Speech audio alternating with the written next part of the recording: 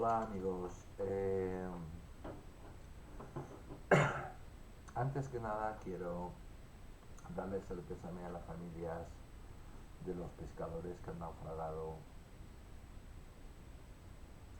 Trabajo de la mar es así. Así que desde aquí, desde este humilde canal, mi más sincero pésame a todos. Bien, voy a seguir hablando del Santísima Trinidad. Quiero deciros una cosa, que hubiera podido hacer esta reacción en 10 minutos. Pero este buque es tan imponente, fue tan imponente, tan maravilloso, tan innovador, que de hecho creo que son 4 capítulos. Este es el segundo.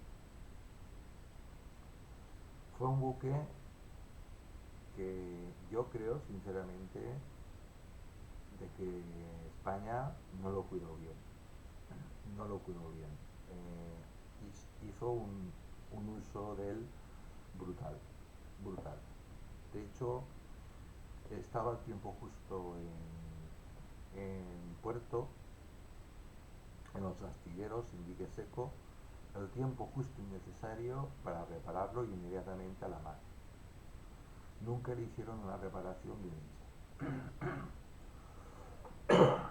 Posiblemente si ese buque se hubiera mantenido bien mantenido, hubiera hecho muchísimas cosas. Así todo, este buque captó la, la atención de todo el mundo, especialmente de la Gran Bretaña. Hasta tal punto que la reina de Inglaterra ordenó, ordenó cazar ese buque. Así que siempre mandó una escuadra en exclusiva, 60 buques, pero fuertes, nada, ninguna tontería, con el objetivo de atrapar ese buque. Con el objetivo. Eso no quería decir que esa flota no interviniera en batallas.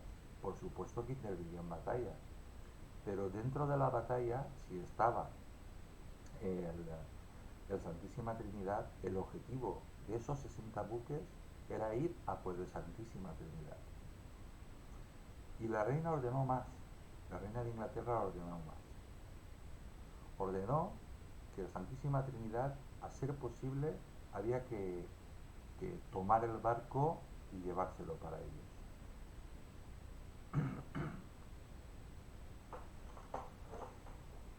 España, ahí pecamos de tontos, porque con ese buque hubiéramos podido hacer muchísimas cosas. Se hicieron, se hicieron, no creáis que no hicieron cosas, se hizo mucho. Ese buque ganó infinidad de batallas y muchas guerras. Se cansó de hundir y de atrapar para la Armada Española buques que nos fabricaban los ingleses.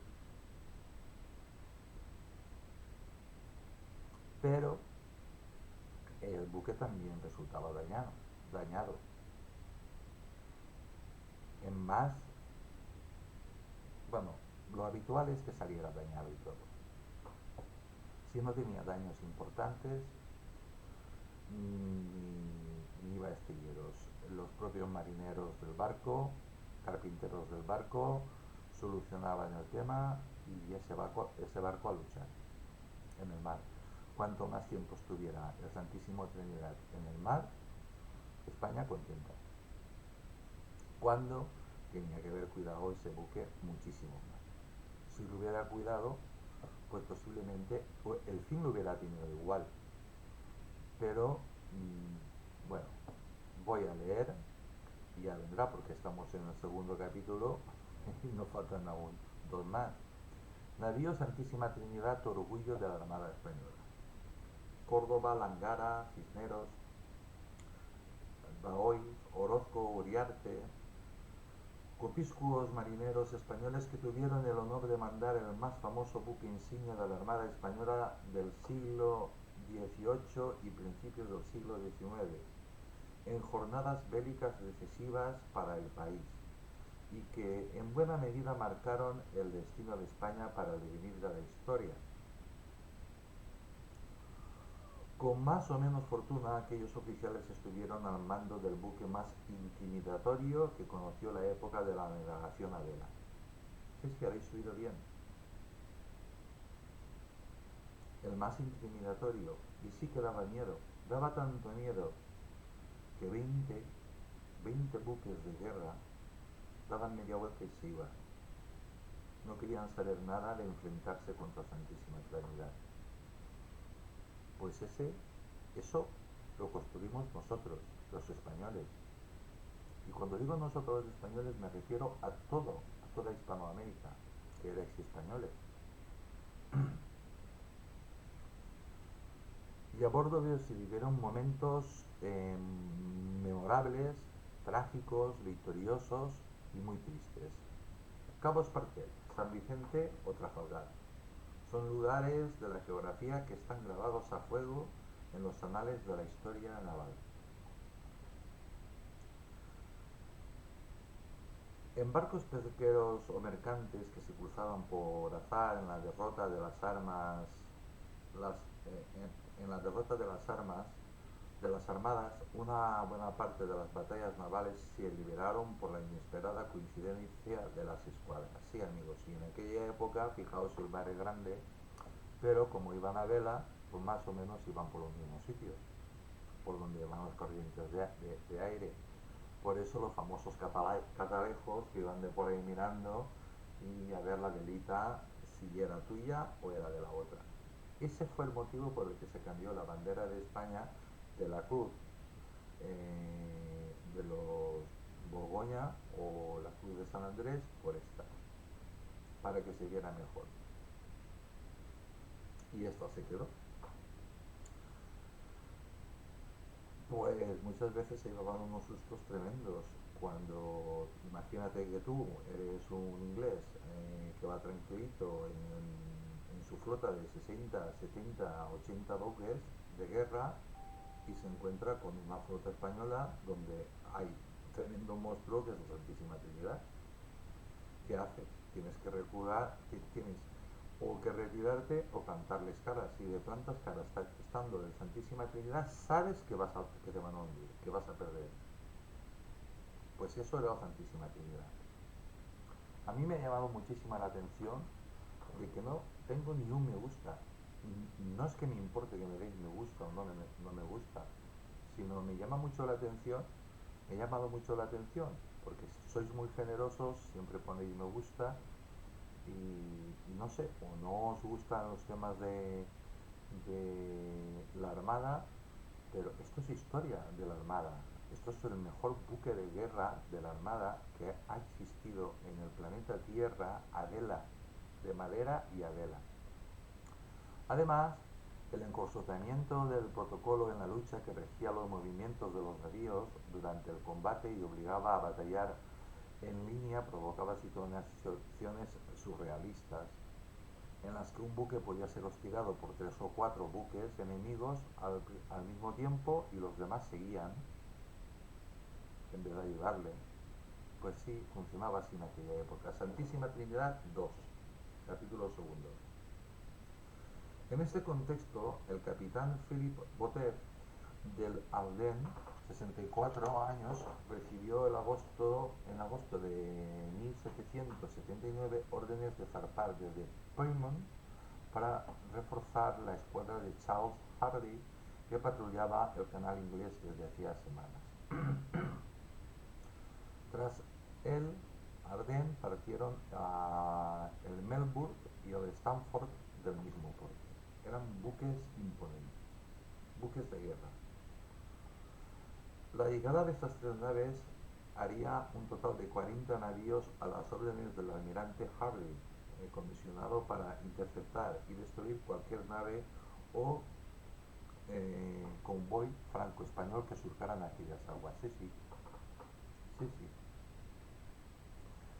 El 17 de agosto, el tercer día de, al tercer día de zarpar la flotilla, Robert Evans, capitán del Melbourne, elevó la señal de nave desconocida a babor en el palo de mesana y Boteler, que navegaba por el costado estribor y tras ver las banderas se llevó el catalejo a la cara.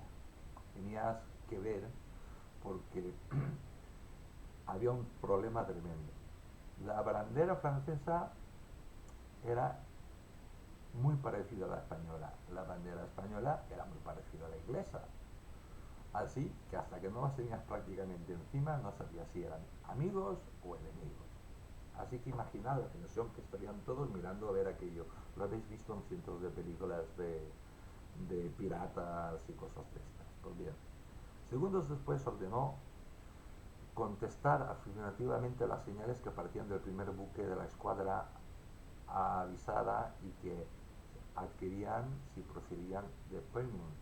Ambos grupos maniobraron para acercarse y cuando se hallaban a unas 2 millas, el uno del otro, Bellez sintió un escalofrío al comprobar que se trataba de una escuadra intrusa y no de navíos ingleses. ¡Ay, amigo! ¡Ay, Dios! Se habían pillado con los españoles, junto con los franceses. En realidad, las naves que se extendían sobre ellos eran la avanzadilla de una flota hispano-francesa de casi 70 buques que se había adentrado en aguas inglesas para desembarcar 40.000 soldados en Inglaterra e invadir las islas. Por eso, comentario, por eso he dicho yo, ya me río de estas cosas, por eso me río yo muchas veces de la suerte que han tenido estos. ¿Qué suerte han tenido? 40.000 soldados. 70 buques y 40.000 soldados que iban a invadir Inglaterra durante la navegación, pero vais a ver que seguro que les pasa algo a favor de los ingleses. Durante la navegación de la combinada de la balandra inglesa Wolf fue capturada cerca de Brest. Tenía 18 cañonitos, así que poco podía hacer.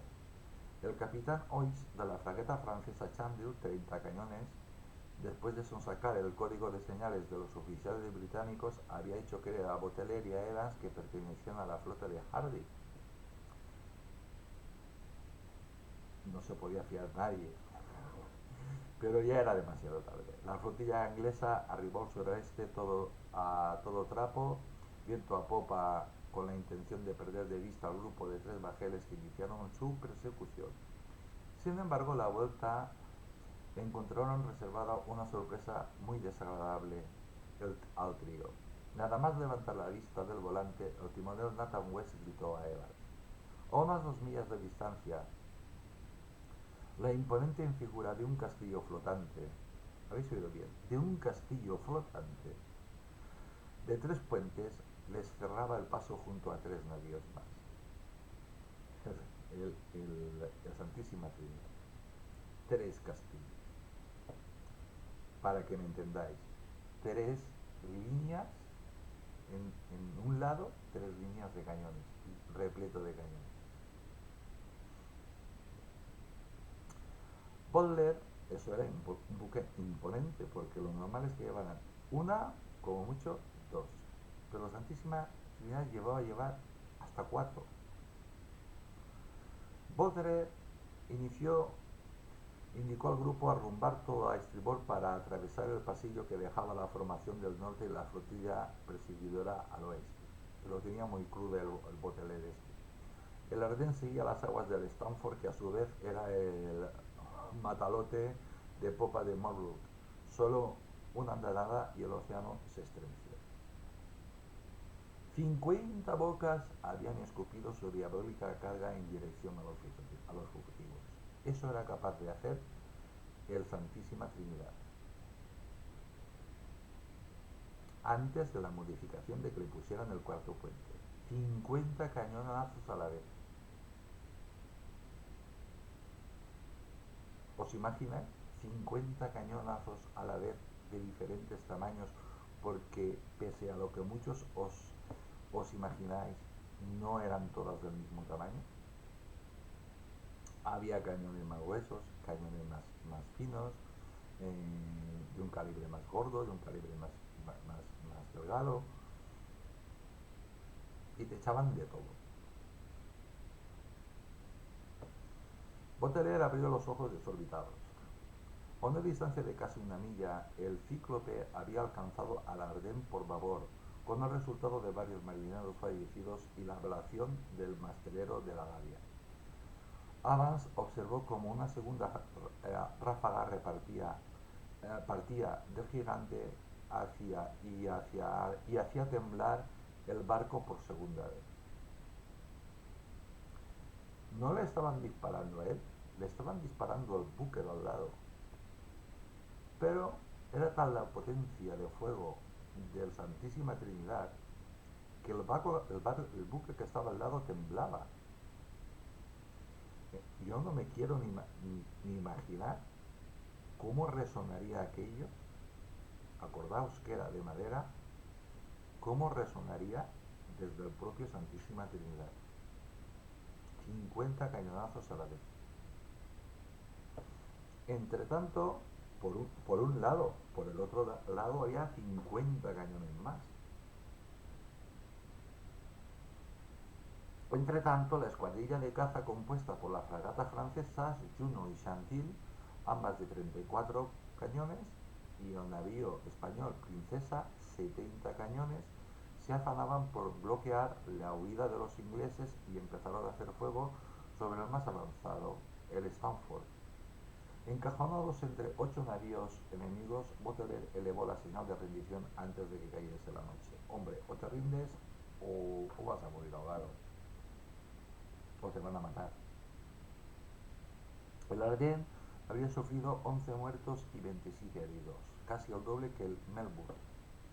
Los cañonazos habían reducido la tripulación del Stanford en 3 marineros. En 3 marineros. El Stanford solo habían sobrevivido 3 marineros y los mástiles quedaron inútiles. Ideal el Stanford para echarle un cabo, remolcarlo a puerto y allí ya pues un buque más que teníamos, simplemente era eh, restaurarlo y ya está, porque los cañones los tenía. Cuando Baudelaire fue hecho prisionero, se trasladó en una lancha a bordo de 3 puentes que había frustrado su vida. En una lancha de 3 puentes. A medida que se acercaban al navío, el capitán inglés pudo leer en el trasero de la misma las siguientes letras: Santísima Trinidad. La banderola que ondeaba en el palo mesana indicaba que se trataba de un navío español, almirante de la flota. La lancha se deslizó suavemente a lo largo del fabuloso costado y se acercó a la escalerilla por donde subió para ser conducido a presencia de Luis Córdoba, que comandaba la flota combinada con el almirante francés el conde de Tolivers, el conde de los Olivos, vamos, traducido. Con apenas 10 años desde su botadura, el insignia de Córdoba dejó impresionado al joven Baudelaire, que no había visto nunca una máquina de guerra como aquella. Una vez que descendió el Combés y se adentró en las estancias, el capitán se quedó perplejo ante el lujo y la decoración tardobarroca que ornamentaban las salas. El interior del buque recordaba los majestuosos recintos fortificados de los jeques árabes, muebles exóticos, tapices coloridos, detalles minuciosos y costosos. Córdoba estaba en su camarote sentado en una silla isabelina y flanqueado por 2 estantes que contenían artículos decorativos más propios de una mezquita. Baudelaire tuvo la sensación de entrar en un pequeño palacio en donde las pinturas y cortinas rememoraban el esplendor de los alcázares andaluces.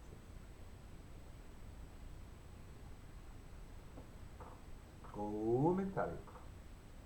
Pues bien, esa era la maravilla de la Santísima Trinidad. Lujo, esplendor, la grandeza española, el poderío español. Y eso no era un yate de recreo, eso era un buque de guerra, el buque más grande de guerra que tenía la Armada Española. Al día siguiente se desató una furiosa tormenta. Con las gavias en facha, la Trinidad fue alcanzado por dos relámpagos en el palo Mesana y la Toldilla. Se inició un fuego en la parte alta de la arboladura y la insignia del Córdoba se achicharró junto con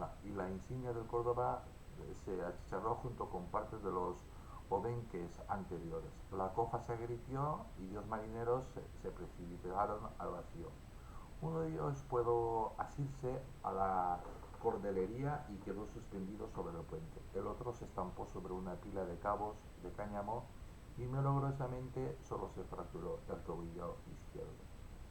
Baudelaire se alegró de encontrarse a bordo de un navío formidable para capear el temporal, pero pensó que ni siquiera Trinidad era invulnerable a los elementos. A la mañana siguiente, el capitán del buque, Fernando Daoy, escoltó a Baudelaire hasta el bote que lo llevaría a la fragata francesa Chantilly como prisionero de guerra. Durante el trayecto desde su habitación hasta la escalerilla, el capitán inglés reparó en que los marineros hacían chistes y reían a su paso.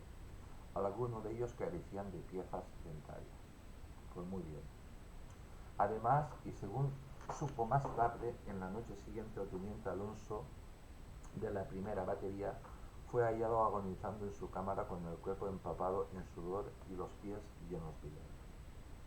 Baudelaire había pasado la noche en un suntuoso navío que estaba siendo azotado por el escorbuto y la fiebre amarillo.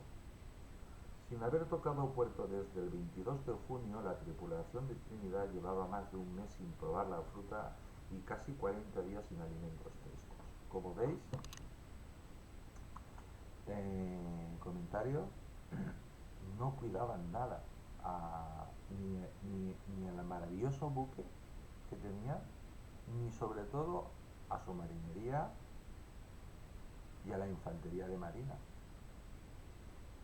Porque sí, era un buque muy grande que podía cargar muchísimo, pero, hombre, en aquella época tenías que parar, limpiar, bueno, los buques siempre estaban limpios, pero si tú hubieras recalado en algún puerto, eso no hubiera pasado. Eso no hubiera pasado. Si antes de que existiera ese buque, la Armada Española funcionaba igual, pues no pasaba nada porque ese buque pues fuera más a menudo a puerto y estuviera bien mantenido y bien provisto de alimentos frescos. Eso no hubiera pasado.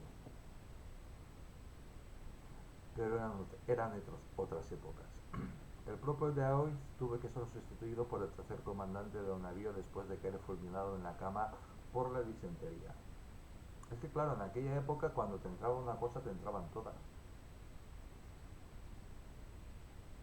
Para más Inri, la salud del almirante francés D'Orvilliers cedió ante el empuje de un catarro mal curado y propuso a Córdoba cejar en la tentativa de desembarcar las tropas y retornar a Francia. Pues mirad que está cerquita, ¿eh? Francia de Inglaterra, está cerquita. Tenían tiempo más que suficiente para recalar en cualquier puerto del norte de Francia, cargar alimentos,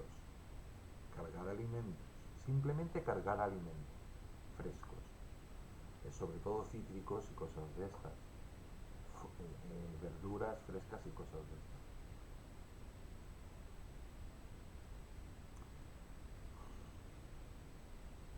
Porque ellos sabían que si no, ellos no terminaban de entender en aquella época, aún no terminaban de entender el porqué de estas enfermedades.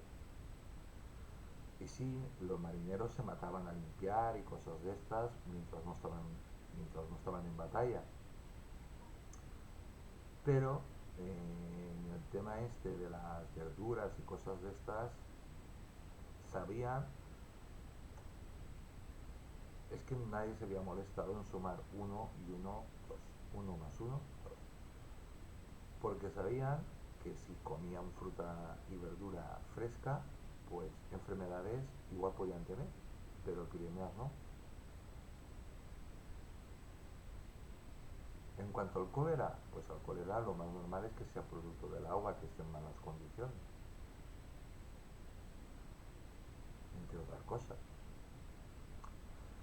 Tras una deliberación en un consejo de guerra a bordo del Insignia, con vistas al agitado Mar del Norte, el Mar del Norte siempre está revuelto. A través del balconaje de popa, la flota arrumbó sur y entraron en Brest a mediados de septiembre. O'Dolivers fue evacuado de urgencia al hospital naval y el Ministerio de Marina galo lo reemplazó por el almirante el conde de Vernet. Carlos III recibió la noticia del fiasco de la invasión con frialdad y resignación. Hay que decir que han tenido mucha suerte, pero también es verdad que si lo pensamos con detenimiento, también es que los demás eran bastante cortitos, cortitos.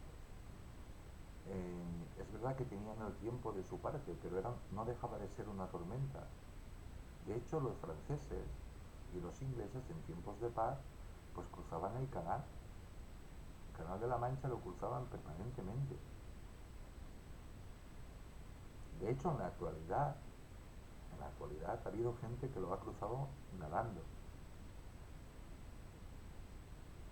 También es verdad que lo han cruzado nadando, pues en situaciones normales, que el mar ya está revuelto.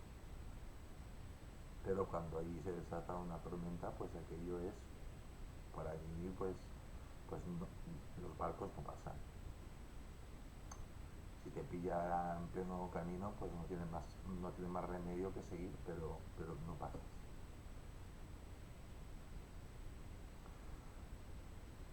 Pero esta gente, pues, como se tomaba la guerra con otra filosofía, pues yo lo haremos más tarde, o más adelante, o es Dios, o lo que sea. La histórica enemistad con Inglaterra, que se había acelerado desde la pérdida de Gibraltar y Menorca, provocó al soberano muchas noches en blanco. El insomnio le daba ocasión de meditar sobre la manera de debilitar al ascendiente poder naval que estaba convirtiendo a Inglaterra en una talasocracia desafiante y altanera.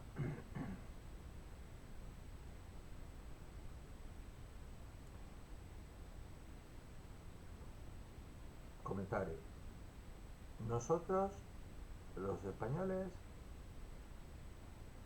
teníamos buques para aburrir y buenos. Los otros construían uno y se encargaban de... le ponían 3 cañones y se encargaban de hacer una publicidad espectacular. Y nosotros calladitos.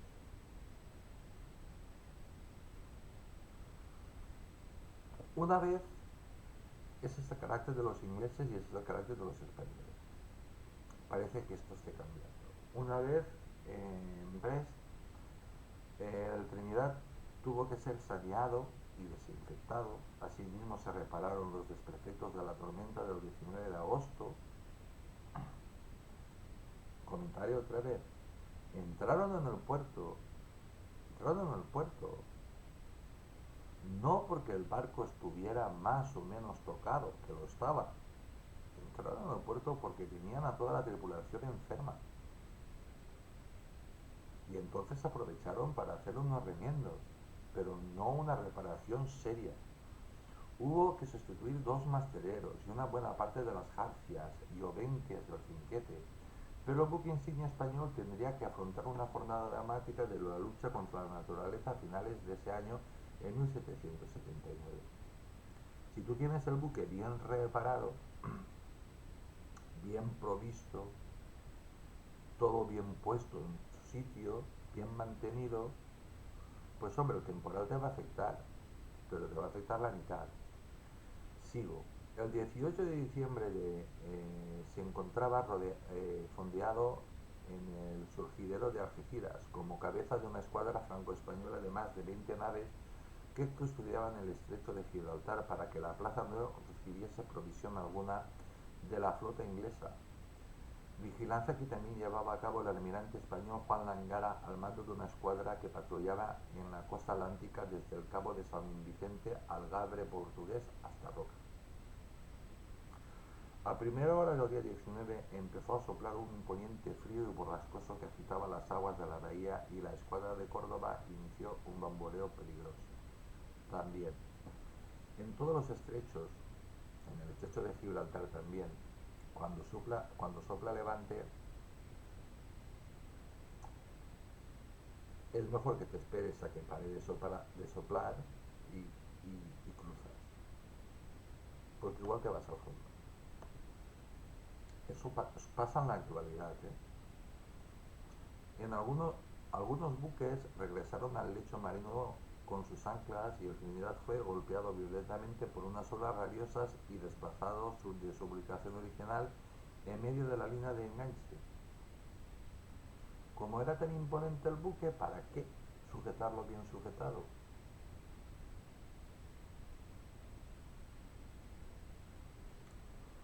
Espero que nuestra Armada cuide mejor nuestros buques en la actualidad, porque aquí se demuestra que de cuidarlos no los cuidaban.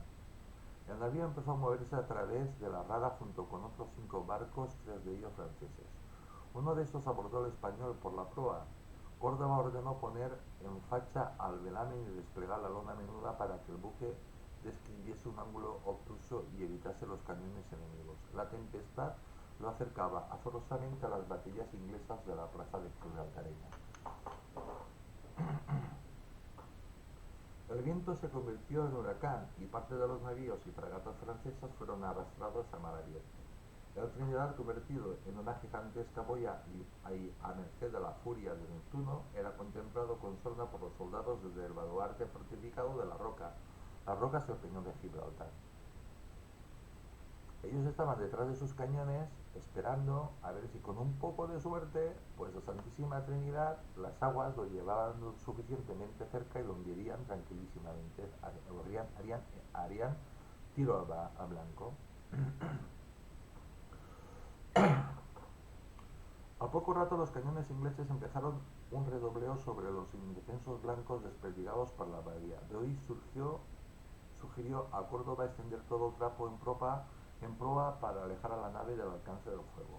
Ya estaban todos los buques ya al alcance de los cañones que había en el peñón de Gibraltar.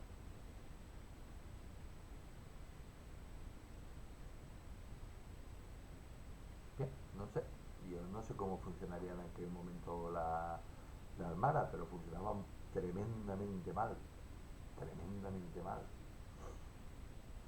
Porque cómo es posible que tú tengas tus buques a resguardo de un puerto y no los tengas bien asegurados, o que ese puerto no sea lo suficientemente bueno para que si hay un temporal no te afecte dentro del puerto. Algo falla. O como dice el refrán, algo huele a podrido en Dinamarca. Los mástiles de la embarcación Gala Indien de 64 cañones fueron abatidos por los disparos. Derivó hacia el puerto gibraltareño y tras ser cañoneada a bocajarro desde las baterías flotantes a punto estuvo de ser capturada por los buques de guardia ingleses Dublín y Ganges, ambos de 74 cañones que abandonaron la seguridad del puerto para perseguir la presa. Es que más patético no podía ser. Antes de hacerse con ellos los ingleses, con ella los ingleses, si al final se la hicieron. Antes de hacerse con ella los ingleses, un golpe de mar casi hizo zozobrar y la propulsó fuera de su alcance, momento en que los buques ingleses desistieron al ver cómo el Ganges perdía el palo mesana y tenía que ser remolcado por otro. Es que claro, si hay una tormenta y tú vas a vela, no haces lo que quieres, haces lo que quiere el tiempo, la naturaleza, tú no haces lo que quieres, por muy buen marinero que sea. Entre el Titán español Entre tanto, el gitano español era rociado por una copiosa lluvia y se debatía entre las aguas turbulentas agitadas por vientos furiosos que las encaramaban a las cubiertas. La lumbre del agua cubría la segunda batería y a pesar de tener todas las puertas cerradas salvo la tercera, por si era necesario devolver el fuego, el buque empezaba a negarse debido a la ingente cantidad de líquido, elemento que se filtraba al interior. Vapuleado en un mar rabioso y en el punto de mira de los cañones ingleses, el Trinidad era amenazado con una tragedia inminente. La dotación, consciente de que no se podía hacer fuego con garantías, abandonó el servicio de piezas y forzajeaba para enderezar el rumbo y achicar el agua. En esa tesitura el viento cambió y se volvió racheado sur-suroeste, empujando la nave en dirección a la costa marroquí. En medio de un aguacero apocalíptico, la rocosa costa de Espartel asomaba inquietante en el numeroso horizonte y Daoiz vociferaba para que el gigantesco timón desviase la mole de madera del trayecto que amenazaba con desguazarlo. Las casi 2.500 toneladas del insignia español pudieron en última instancia esquivar los vacíos que anteceden a los picachos africanos. En una maniobra in extremis, el timonel fue capaz de reconducir el bajel y adentrarlo en el seno oriental del cabo de donde encontró abrigo en un pequeño puerto natural. Bien, yo hasta aquí, comentario. Hasta aquí comentario. Como veis, eran otros tiempos, la marina funcionaba de otra manera, la armada funcionaba de otra manera y no está reñido el valor con el sentido común. Si tú construyes un buque impresionante, mirad ahora lo que están haciendo con el submarino S-80, con la clase S-80. Se sabe que la S-90 va a ser más grande, igual o más grande.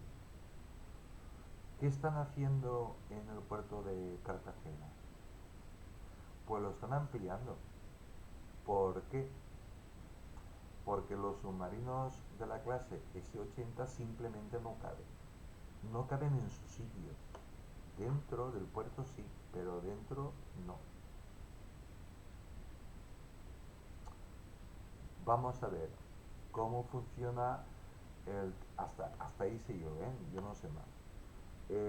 ¿Cómo funciona una base de submarinos? Pues, ¿qué tienes? ¿20 submarinos? Pues cada submarino tiene su plaza reservada. ¿Qué mide? 100 por poner, voy a decir una barbaridad. 100 metros, yo qué sé, 500 metros de largo por 200 de ancho, pues tu plaza para estacionar, para, para atracar, mide eso. ¿Cuántos buques de ese tipo hay? 20, pues 20 plazas así. Pues bien, este sentido común que si tu puerto natural no es lo suficientemente grande, pues tendrás que buscar otro o hacerlo muchísimo más grande. Sobre todo si tú estás construyendo buques muy grandes. Y el Santísima Trinidad lo era. Con diferencia el más grande que ha existido.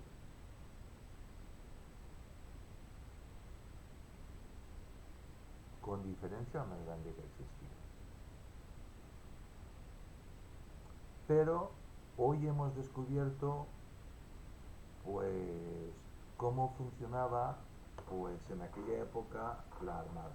Pues en aquella época la armada pues sí, teníamos muchos barcos, éramos los dueños del mar,